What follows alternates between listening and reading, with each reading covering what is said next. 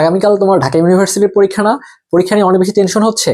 এটা একদম নর্মাল একটা ফিলিংস। তুমি হয়তো অনেক জায়গায় পরীক্ষা দিয়েছো, হয়তো বা আপস এন্ড ডাউনস গিয়েছে, বাট তোমার মধ্যে এখন সেই ভয়টা কাজ করতেছে যে আগামীকাল ঢাকা ইউনিভার্সিটির ভর্তি পরীক্ষা আসলে তোমার কতটা ভালো হবে। আমি তোমাকে বলছি, তোমার যেমনই প্রিপারেশন হোক না কেন, আগামীকাল তোমার পরীক্ষা সব থেকে ভালো হবে এবং তুমি যা পড়ছো সেই জিনিসগুলো থেকেই কমন চলে আসবে।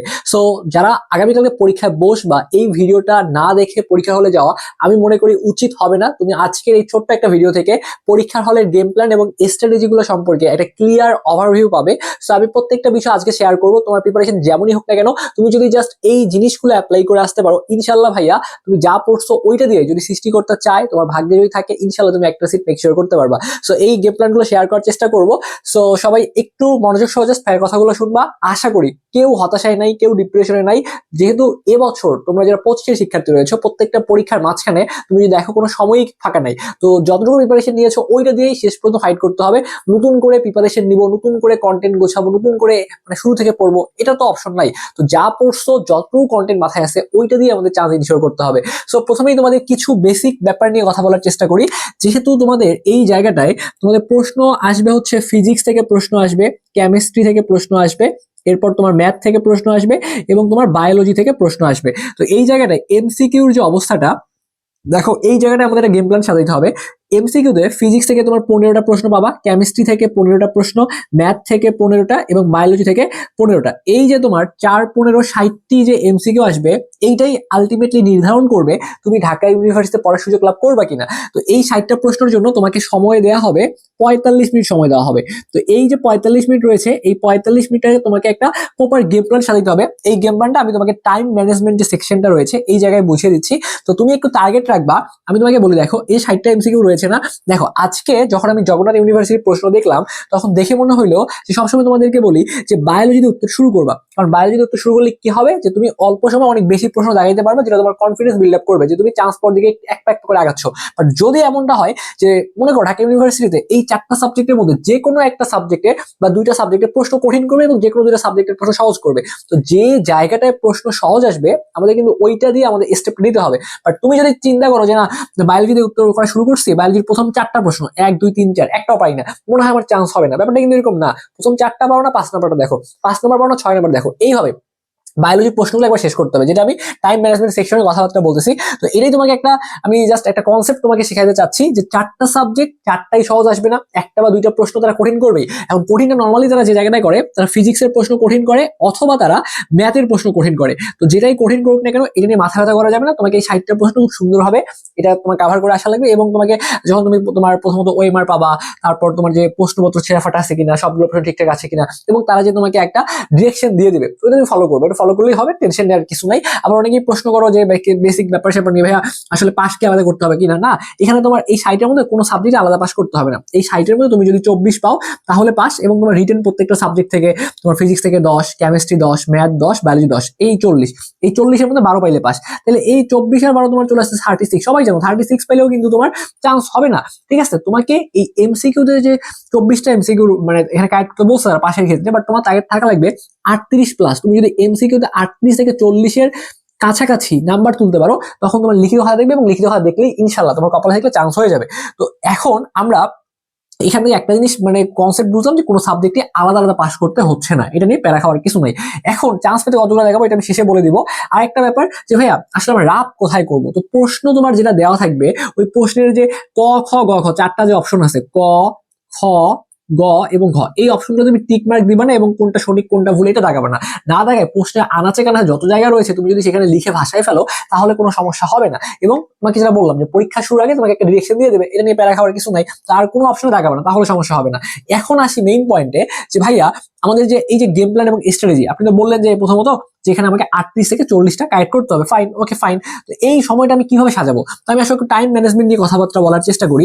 যেহেতু আমার প্রথম খেলা হবে এই 45 মিনিট সময়টা, তো এই 45 মিনিটটা আমি 4টা ভাগে ভাগ করবো। আমি আমার সুবিধার জন্য 4টা ভাগে আমি ভাগ করবো। সো প্রথম যে 10 মিনিট থাকবে, দেখো প্রথম 10 মিনিট না, প্রথম হচ্ছে তোমার 18 মিনিট। কত মিনিট ভাই বলো তো? প্রথম হচ্ছে 18 মিনিট। এই প্রথম 18 মিনিট আমার কাজ হবে প্রশ্নপত্র একবার সম্পূর্ণ পড়ে শেষ করা। একবার সম্পূর্ণ প্রশ্ন শেষ করা মানে কি, বায়োলজি, কেমিস্ট্রি, ফিজিক্স, ম্যাথ প্রত্যেকটা সাবজেক্ট আমি একবার করে শেষ করব। তো বায়োলজি দিয়ে যদি আমি শুরু করি, যে 15টা যে এমসিকিউ রয়েছে তার মধ্যে সহজ যে প্রশ্নগুলো আছে, ধরো আমি প্রথম ক্লিকে 7 থেকে 8টা পারলাম, তো আমি প্রথম যে 8টা পারলাম আমি 8টা দাগাই ফেলবো, 8টা মোটামুটি আমি শিওর, কোনো ভুল নাই। এরপরে আমি চলে যাবো কেমিস্ট্রি ক্ষেত্রে। তো বায়োলজি থেকে শিফট করলাম কেমিস্ট্রিতে 15টার মধ্যে যে 5টা বা 6টা সহজ আছে, ধরলাম যে আমি প্রথম ক্লিকে 15টার মধ্যে মাত্র 6টা প্রশ্ন পারলাম, ঠিক আছে, তো এই 6টা আমি দাগাই ফেললাম। এরপরে স্টেপে আমি চলে আসলাম ফিজিক্সে 15টা প্রশ্নের মধ্যে ধরো আমি 4 থেকে 5টা প্রশ্ন কাইট করতে পারলাম, দাগাই ফেললাম।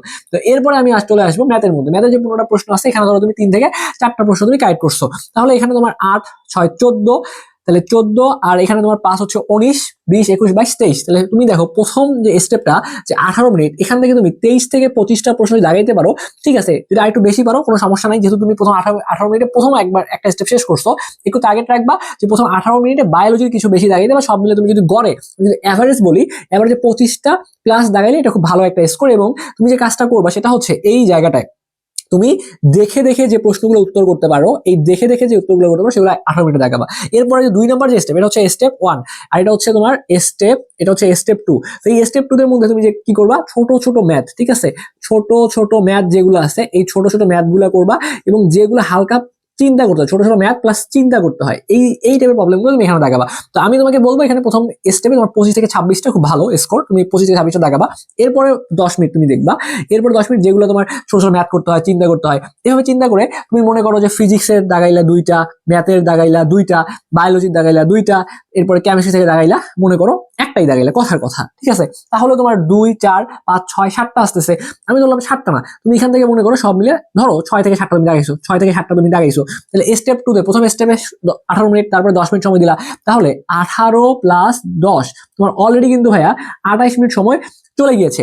এরপরে তুমি 10 মিনিট দেখবা যে কোনগুলা এই প্রথম 2 স্টেপ পড়ার সময় কনফিউশন কাজ করতেছে, এইটা ক নাম্বার হবে আমি শিওর, না হলে এটা গ নাম্বার হবে শিওর। তো এই দুইটার মধ্যে যেগুলোতে কনফিউশন কাজ করতেছে, এই প্রশ্নগুলো পরবর্তী 10 মিনিটে তুমি একটা রিস্ক নিবা। এবং এখানে রিস্ক নিয়ে প্রত্যেকটা সাবজেক্ট থেকে মনে করো বায়োলজি থেকে আবার 2টা দাগাইছো বা একটা দাগাইছো, বায়োলজি যদি ভালো তুমি পারো বা যেটা তোমার বেস্ট প্রিপারেশন ওখান থেকে তুমি দাগানোর চেষ্টা করবা। এবার কেমিস্ট্রি একটা দাগাইলা, ম্যাথ একটা দাগাইলা, বায়োলজি একটা দাগাইলা, এরকম করে দেখবা যে 2, 3, 4, 5টা তোমার হয়ে যাচ্ছে। তাহলে এখানে তোমার আগে দাগাইছিলা তুমি 26টা, 25টা 26টা মতো দাগাইছো 25টা, তাহলে এখানে পরে 10 মিনিটে 25, 26, 27, 28, 29, 30, 31, 32, 33, 34, 35, 36, 37। তার মানে দেখো স্টেপ 1, 2, 3 তেই তোমার 37টার কাছাকাছি প্রশ্ন তোমার দাগানো হয়ে যাচ্ছে, এবং সময় চলে গিয়েছে 18 আর 10, 28, 18, এই যে 10 মিনিট, এখানে সব 28 মিনিট চলে গিয়েছে, পরবর্তীতে আরো 10 মিনিট সময় গেছে আমাদের। তাহলে এখানে আমাদের কত যাচ্ছে, সব মিলে আমাদের 38 মিনিট সময় চলে যাচ্ছে, তাই না?